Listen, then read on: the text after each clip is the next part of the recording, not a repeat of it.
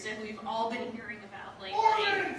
Maybe, I don't know. I can tell you it's not the 1% or the Fortune 500 or the government, because almost all the jobs in this country are created by, it comes up here,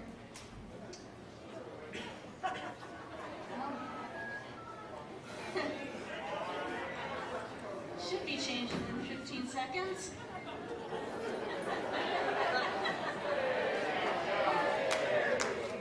Alright, come from startup companies and from entrepreneurs.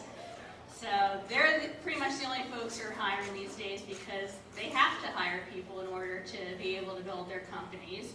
And entrepreneurs have created some of the top companies in the world, many of which you've heard of. Also create entire new industries and new technologies like the internet that have really driven a lot of our country's economic development over the past years. All these companies were founded by immigrants, and that's true of about 25% of all the high-tech companies that were created during the internet era, and about half of all of the top venture-funded startups now. And companies that were founded by immigrants have added over $500 billion to the US economy. They've hired hundreds of thousands of Americans, many of them in very high-skilled, high-paying jobs.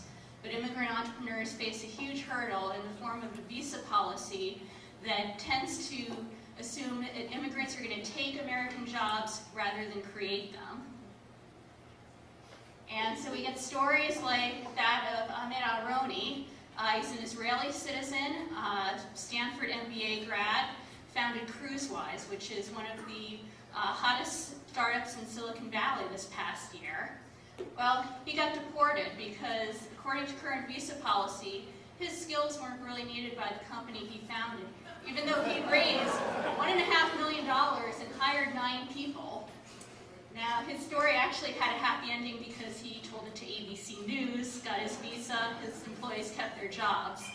A lot of other folks don't have that option, and so we see a lot of folks who want to start companies in this country, and they can't because the only way they're going to get a visa, marry an American, work for someone else, or try to test their luck in the lottery process. And if you're from India, like a lot of those founders I showed before, you're going to be waiting 70 years to get a visa, to get a green card to stay here. And so it's really no wonder that a lot of folks are going back to their home countries and seeing more opportunities to start companies there. And they're creating jobs in India and China and places like Chile that are actively recruiting entrepreneurs from around the world. And this is really a shame because so many of these entrepreneurs are in US universities today. They came here to study, they're using the skills that they got at our universities, the connections they're making, and the research that they're doing in our labs to create their businesses. And a lot of them want those businesses to be in the communities where they got their degrees. And that's not just the case for places like Berkeley and Stanford. Here at UNL, we've got 1/5 of the grad students, 2/3 of postdocs are from overseas. And these are the folks who are best situated to take University of Nebraska technologies, turn them into Nebraska businesses. And a lot of them want to do it.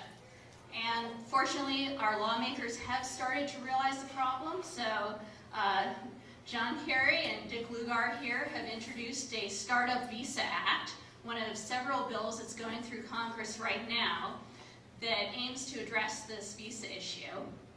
Would create a new class of visas specifically for entrepreneurs, which would give them a 2-year path to a green card if they can raise $100,000 and hire 3 Americans. It's really somewhat strict, but it is a way for some of those students to be able to stay here and build their businesses here in the US. And amazingly, in Washington these days, it actually has quite a lot of bipartisan support, support from the business community and the investor community. But of course, that is no guarantee that this act is going to pass, because of course it's an election year, immigration's controversial, but if Congress really is serious about supporting the job creators, this is a pretty good way to do it. So I hope you can pass that message on to your elected representatives, because we've got some of the world's top job creators right here in our universities and our communities. The only question is where they're going to be creating those jobs. Thank you.